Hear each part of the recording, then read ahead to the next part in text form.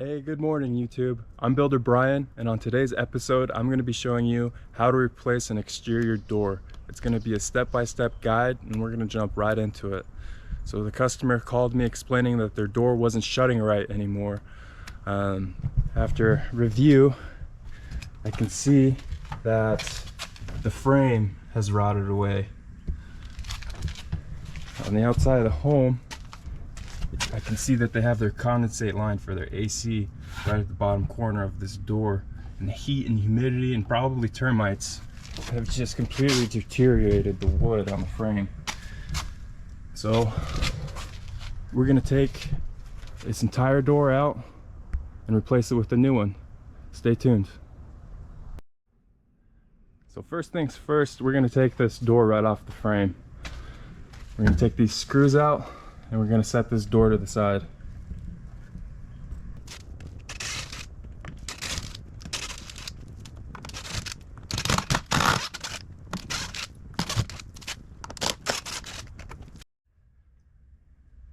So I've taken all of the screws out except for one. I left this one in so this door doesn't come crashing on me when I'm not prepared for it. So that's the only screw holding the door in place. I'm going to take that out now and the door is going to pop right off.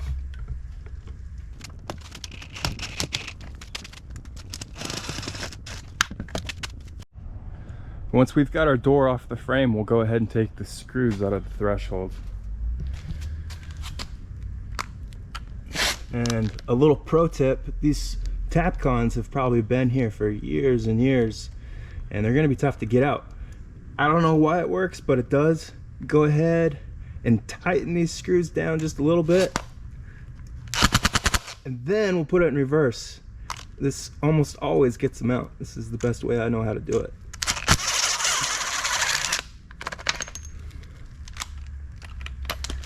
Tighten it a little bit, then reverse.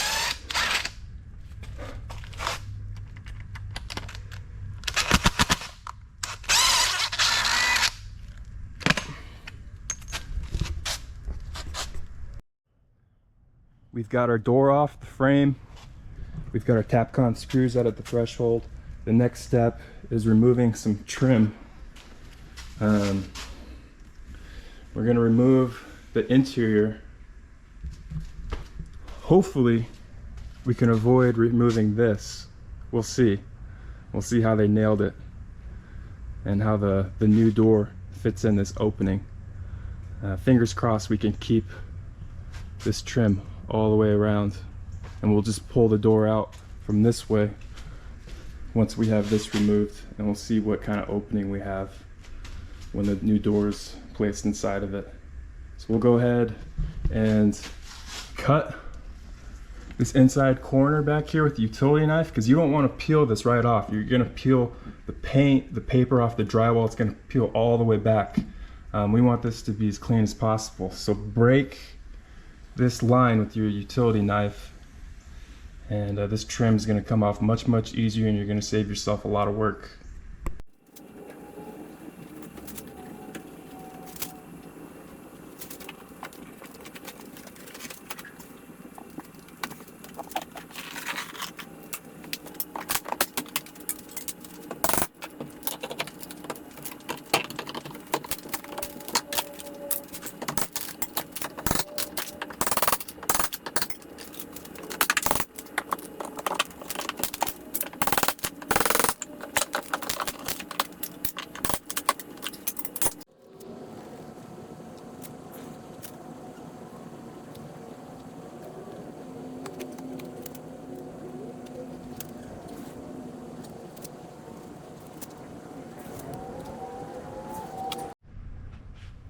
So I've scored the whole perimeter of the trim with my utility knife, and next we're going to take these off, and they usually have pretty long screws because they go into the studs, so nobody can kick your door through.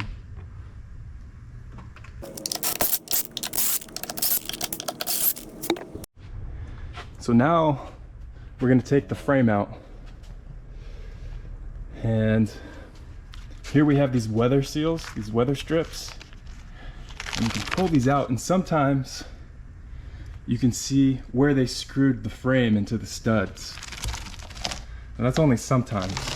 If you had a good painter, they've caulked and painted well over those screws and you can't see them. Well, let's go ahead and pull these out. I can get a good hold on it.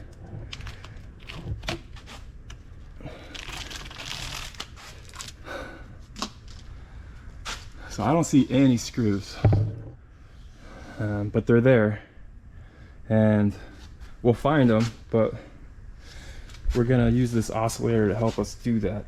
We're gonna take our oscillator and we're gonna cut all the way through this frame, and we're not gonna go too far. We don't want to cut our stud behind the frame. We're only cutting the frame, so we're gonna go ahead and do that now.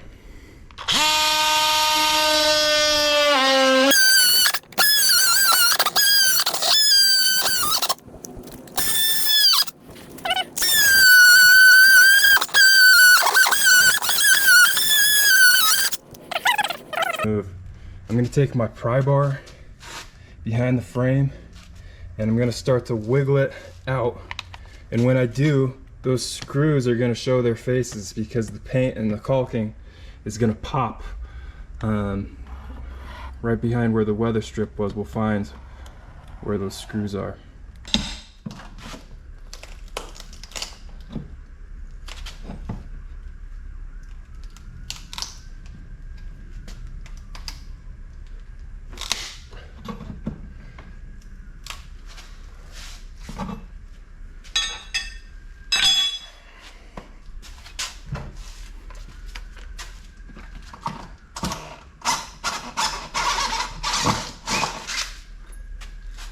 There's one of the screws that was hiding.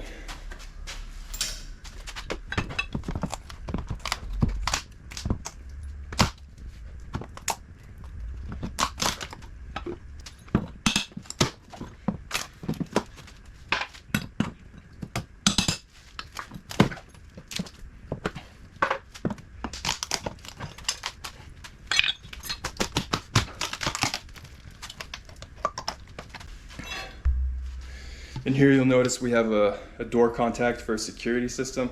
This one's wireless. We'll pull it off in case they want to put it on the next door. I doubt it. Most people move into homes with old systems that don't work, but you always want to make sure. So we'll keep that little unit.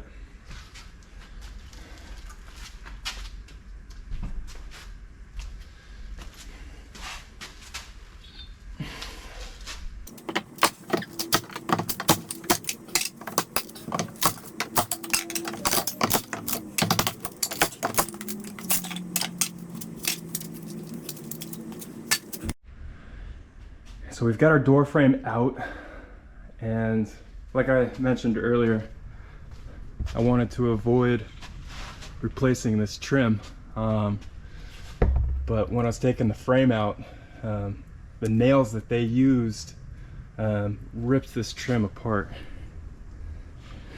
They should have used finish gun nails and we would have been able to save it, but now we're gonna go ahead and score this line with our utility knife all the way around, and we're going to take this trim off.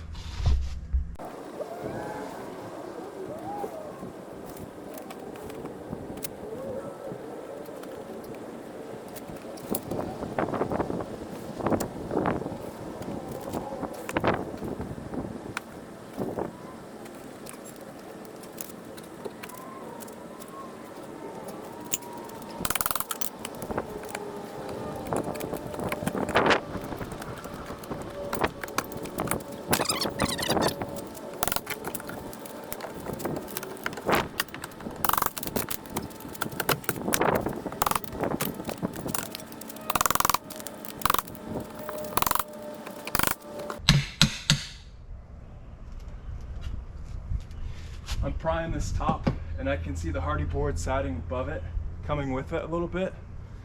I definitely don't want to break this siding, so I'm gonna go get my stepping stool and I'm gonna take my oscillating saw and I'm gonna cut this really thick caulk joint that they have, and once that caulk joint's cut, this piece will pop right out.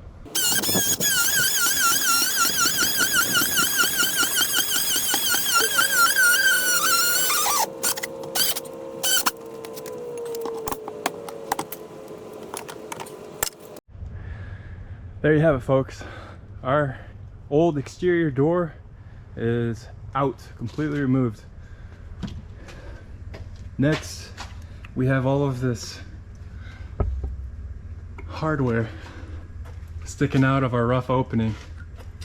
So we got to clean our rough opening up. Get your hammer, get your pry bar, get your drill, and we're gonna get all of these screws and nails out of our rough opening.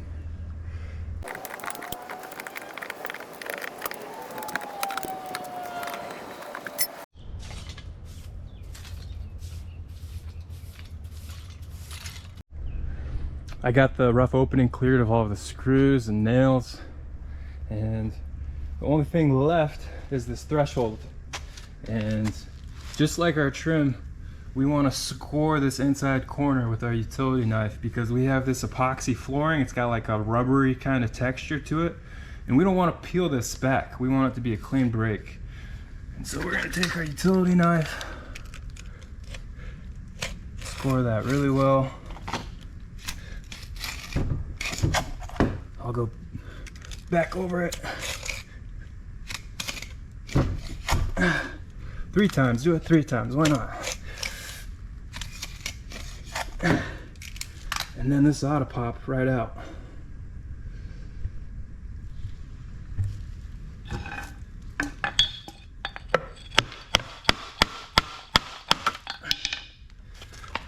All right, just like that.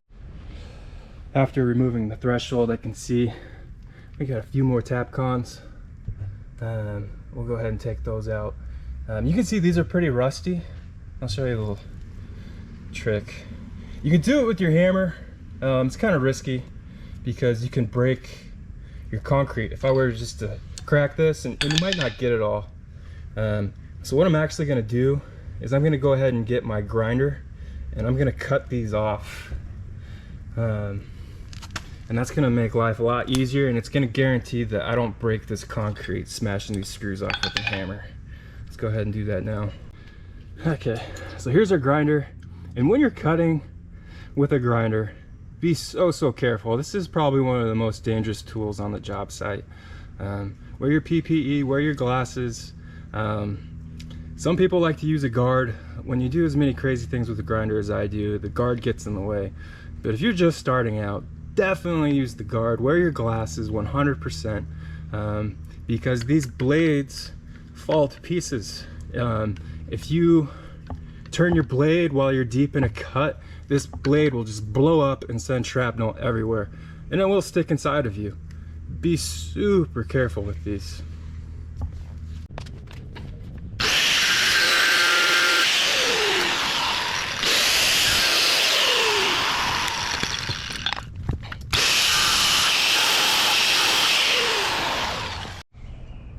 All right, y'all, demo is complete. We got the threshold, the frame, the trim, all the nails. It's all gone. Here's our demo pile. Here's our old door. Demo is messy. It can get a little chaotic. Once you're done, grab your broom, sweep up, reorganize all your tools. Once this roof opening is cleared up, things get much simpler. We've got our new door, and when you're picking your door up, look it over, make sure it doesn't have any dents or scratches in it. When they get shipped, people are not careful. Majority of the time you can't find the door without a dent in it at the store, but we got lucky. This one is in perfect condition. And how we found our new door is we had to measure our old one, and I'll show you. It measures 35.5, and it's not exactly 36, but we would call this door a 36-inch door. They come in increments of 2, 36, 34, 32, 30. And for the most part, they're all a standard height of 80 inches. And you need a rough opening of 81 1/8. Our rough opening here is exactly 81. So we're barely gonna skim by, but yeah, it'll work.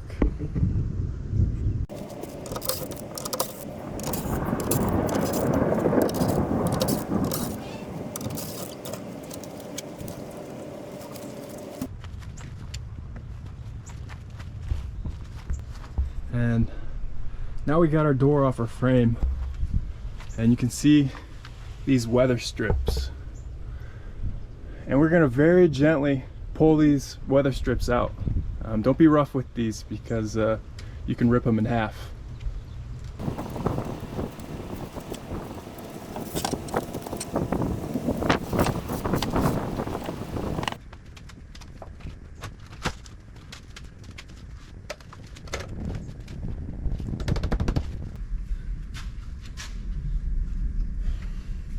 So I just wanted to dry fit this frame to make sure everything's gonna flow properly. I'm not ready to set it yet. First we need to address underneath the transition.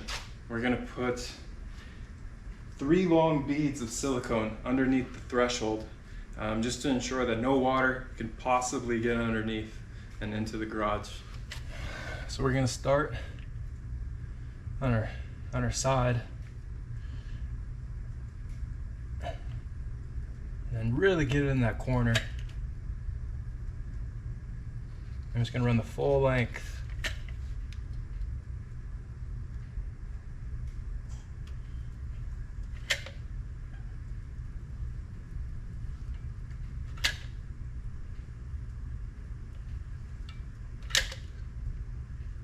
Really get it in that corner, then come up the wall about an inch or 2, and repeat.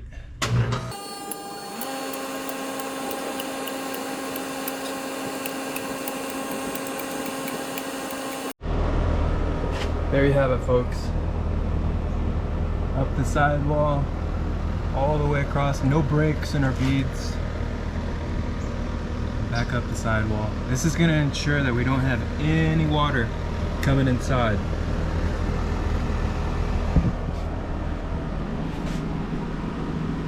Now that we've got our bottom silicones, we're going to go ahead and get our door frame and slide it back into place.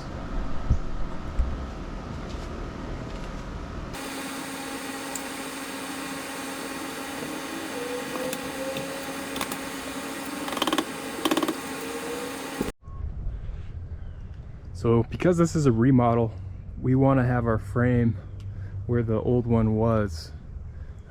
We want our trim to die right into that siding.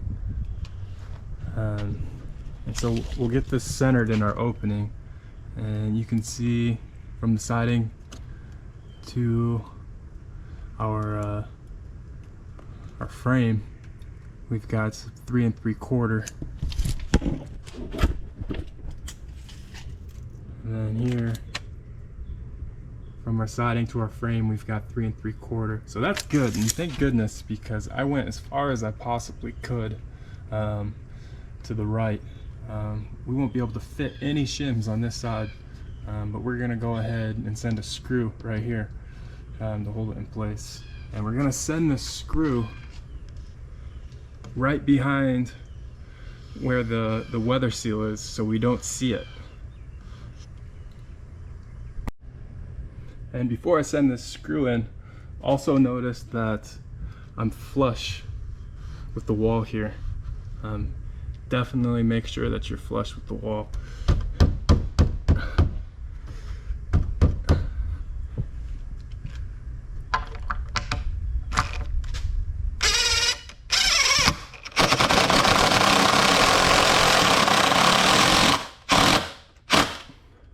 Just like that. So after I sent this one screw in, I can see we're out of alignment. The frame naturally wants to sit inside.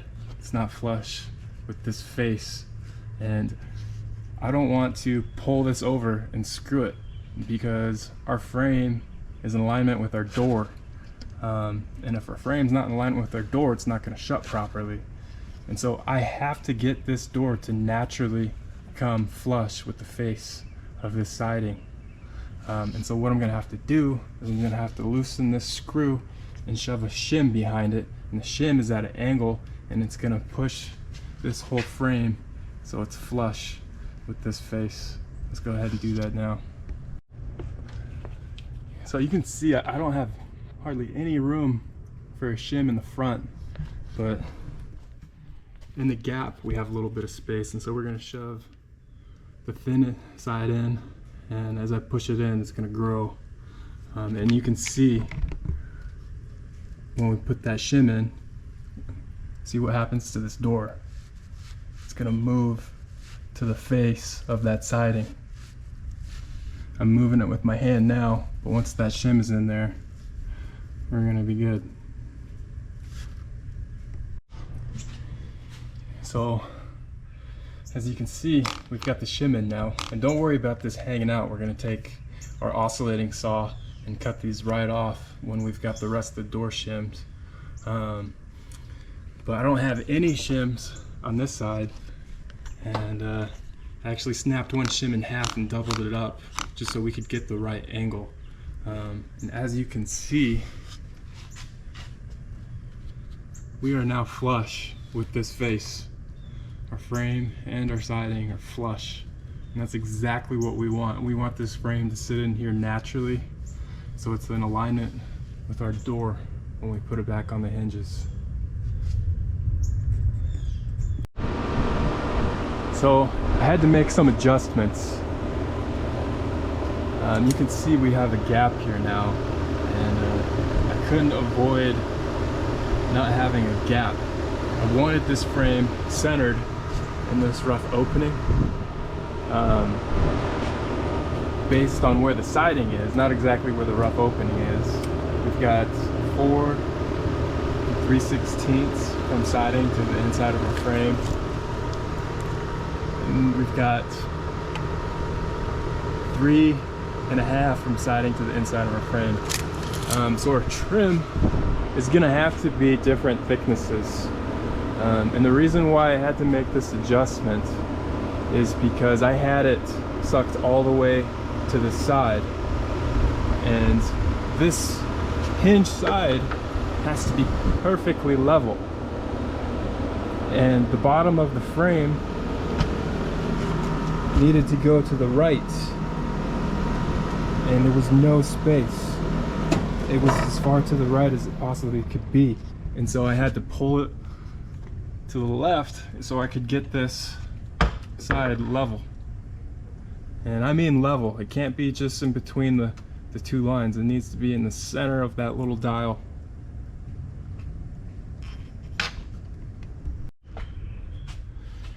So we've got this hinge side shimmed from top to bottom,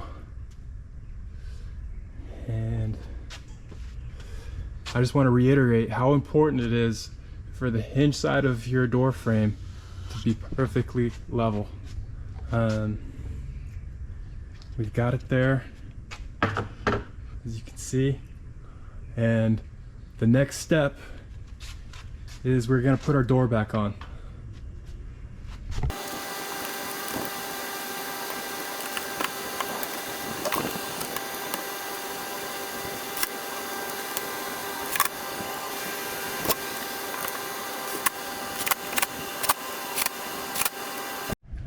So we've got our door back on, and they always have the door screwed on with some little screws, but in the packaging taped to the door when you buy it, it comes with 3 longer screws, and you need these in each hinge, and you're going to send these through the hinge directly into the stud. Alright, we've got our door back on. This is perfectly level. The next step is we're going to shut the door, and we're going to take a look at this reveal in between the door and the frame. We want this reveal to be the same width from top to bottom. Here, this opening is probably about a strong 1/8.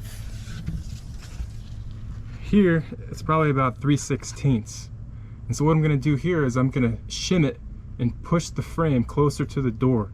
And up here where it's perfect, it still needs shims because this door has to be supported. We're going to get shims snug, and then we're going to send screws right behind the weather strips. And we're going to do this in 4 different locations.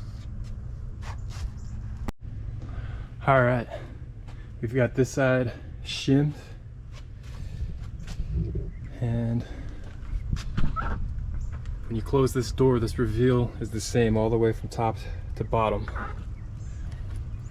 And still got our shims poking out on the other side. And I just want to point out that I'm using plastic shims, and you want to use plastic shims because they don't rot.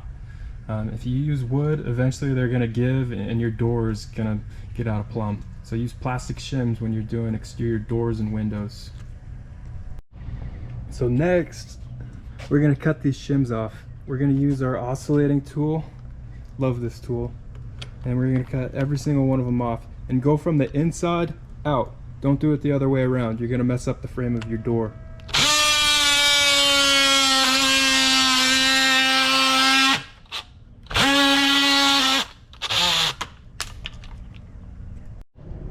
We've got our shims cut around the whole door, inside and out. And now what we're going to do is we're going to put our weather strips back on. Okay, people, we got our weather strips, and look at this. Look at this door shut perfectly. We're on the home stretch. All this work is starting to look like something. So the next step is we got to fill these gaps. You can see where we shimmed, and because this is an exterior door, we have to fill these gaps with expanding foam. You want to use window and door expanding foam. Other foams become rock hard and they expand so much that it will push the frame of the door in and your door won't shut as well. So we want to go ahead and shake this can up real nice, and anywhere there's a crack, we're gonna fill this in. All right, we got all of our gaps and cracks filled with some expanding foam. You'll notice up top I had to caulk the gap because there wasn't enough of a gap to fit the straw. So we're all sealed up around here, as well as down here by the threshold. You need to put a bead of silicone, and you need to come up all the way across and up. That way when it's raining sideways, we're not going to get water coming inside, and it's also going to keep the creepy crawlies out. While this expanding foam is drying, because we're going to need to trim this back to put our door trim on, while this stuff's drying, we're going to put our doorknob on. Alright, while I was putting on the doorknob, the expanding foam had time to dry, and I took my oscillator and I just trimmed all the excess off. You don't want to pull it out, because then you're going to have to redo it. Just cut it off the oscillating saw or a utility knife, and the expanding foam will blow up on both sides. Don't overdo it with the expanding foam, because it's going to expand so much that it's going to stick on the door when it expands, and it's going to be really hard to clean off. So don't go crazy with the expanding foam. If you want to watch how to do a doorknob, you know, you're gonna have to go on a different video. This video's become a little bit too long, and I won't be able to include how to install a doorknob, but it's very straightforward and they always come with instructions. But right now we're gonna go ahead and get this trim on, and then this door is done. All right, happy people, the trim is on. This project is finished. You have been sufficiently taught, and you should be able to install your own exterior door. The only thing left to do on this project is hand the customer the keys. I feel like the customer is going to be very satisfied, considering what they were dealing with before. This door opens and closes perfectly. It's square, it's plumb, it's level, and it's brand new. Stay tuned until the next episode. Don't forget to like and subscribe.